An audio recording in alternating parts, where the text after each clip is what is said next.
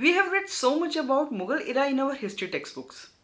Mughal emperors, their victories, their glory, their legacy is so much talked about. But so less is written about the women of that era. Author Ira Mukhoty talks about the women of Mughal Empire in her book Daughters of the Sun and how they helped shape the Mughal Empire. Is the book worth a read? In today's video, I'm going to talk about Daughters of the Sun by Ira Mukhoty.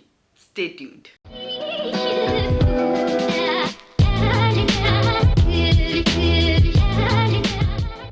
Hello everyone, I am Shaloo. Welcome to my channel where I post videos about books. If you are new to my channel, then do subscribe for new bookish videos every week. In today's video, I am going to review Daughters of the Sun by Ira Mukhoty. This book is a glowing account of the many women who lived under the shadow of Mughal emperors and yet led remarkable lives that had a profound impact on all of India.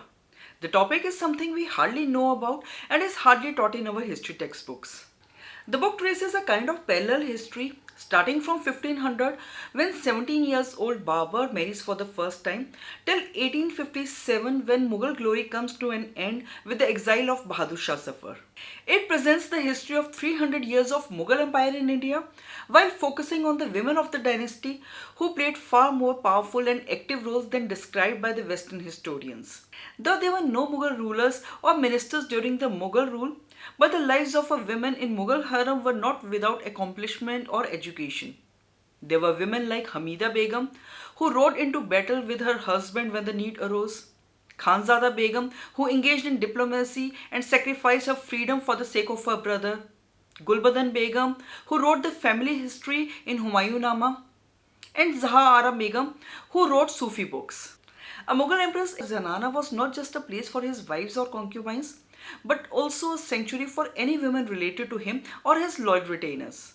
The widows of the empress entourage comprising generals, relatives who sought refuge from other countries, elderly mothers and grandmothers, stepmothers, children, entourage of Rajput princesses, attendants, tradeswomen, all sort of people lived in the harem, making it a vibrant and interesting place to live in. The Mughal harem was not just a place of opulence and grandeur, but also a place of learning, of literature and arts, of trade and power. The author has tried to lift the veils of mystery from this closed and sheltered world. In the accounts of European travelers, the Mughal harem is reduced to a fantastical mix of bazaar gossip, stray gleanings of fact and sexual fantasy. If you envision Mughal Zanana as a place with scheming wives, shrewd concubines and unfulfilled royal princesses, then you are in for a disappointment. The author presents Mughal Zanana as a place where accomplished, cultured and educated women were respected and cherished. The book traces the reigns of the first 6 Mughal emperors while simultaneously tracing the lives of prominent Mughal women of each period. From matriarchs like Khanzada Begum to princesses like Roshan Ara and Jahan Ara. The book talks about them all. There are the nomadic Timurid women of early years of Babur and Humayun who accompanied the emperor even to the war or during daring escapes across the country while fleeing from pursuing armies. They rarely observed Parda and were used to a life on the march along with their men. Then there are accomplished and powerful businesswomen like Mariam Uz-Zamani who not only conducted trade from the port of Surat through her regions but also plied merchant ship Rahimi to far off places in Arabian Sea. There is Zahara with her Sufi bent of mind and her political support to her brother Dara, which led to her downfall. We learn about foster mothers, milk mothers, princesses and queens who established legacies of their own. The women in the Mughal Zanana held considerable power as they had massive wealth, owned trading ships, commissioned monumental buildings and advised the emperor on public policies. Of these, perhaps the most powerful was Noor Jahan, who had coins issued under her name and was allowed to issue farmans under her name and with her own seal, something that could be done only by the emperor. The writing is beautiful and transports you to the Mughal era some 500 years ago. Such is the beauty of Ira Mukhoty's writing that I could visualize the magnificence, the opulence and the grandeur of that era in all its glory. The writer has beautifully captured the essence of the era gone by. The book is both immensely readable and informative. We have somewhat heard about Noor Jahan, Mumtaz Mahal and Jahan Ara, though not much. But there are other powerful and accomplished women like Harkha Bai, Khanzada Begum, Gulbadan Begum, Mahim Aga and Salima Sultan Begum we really talk about. And it is the contribution of these women to Indian history and culture that is celebrated in Daughters of the Sun. I had always thought of the Mughal period as the one that propagated Parda system, where women were of little consequence and where women in the Zanana were relegated to bearing children or raising them.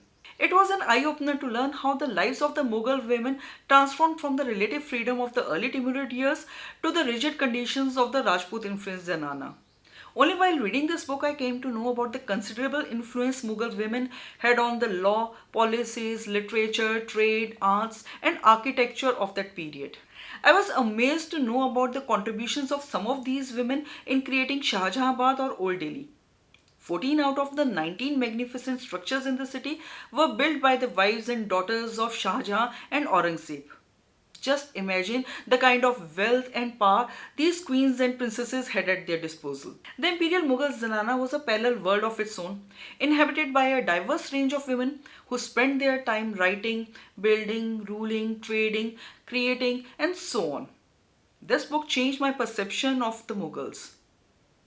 The stories of these illustrious women are very interesting and amusing. But the brilliant writing of the author adds another dimension to the stories. The author has done extensive research which shows throughout the book. The details are gathered from the writings of the Western historians to official chroniclers like Abul Fazl who wrote Akbarnama and some of the women themselves like Gulbadan Begum's Humayunama and Jahan Ara's writings. The author has done a commendable job in putting her extensive research into words. The book is easy to read. It doesn't overburden the readers with data or historical facts, but rather runs like an interesting and engaging story which spans across generations. It is incredibly well researched and masterfully written. I was engrossed from beginning till the end. It opened my eyes to a part of history that I didn't know much about. This is such a beautiful book. Definitely worth your time if you are interested in history. If you want to read a book on Mughal history, especially Mughal women, then I highly recommend reading this one. So this was my review of Daughters of the Sun by Ira Mukhoty. Have you read this book? If yes, then do share your thoughts in the comment section. And if you have enjoyed this video, then please like, comment and share.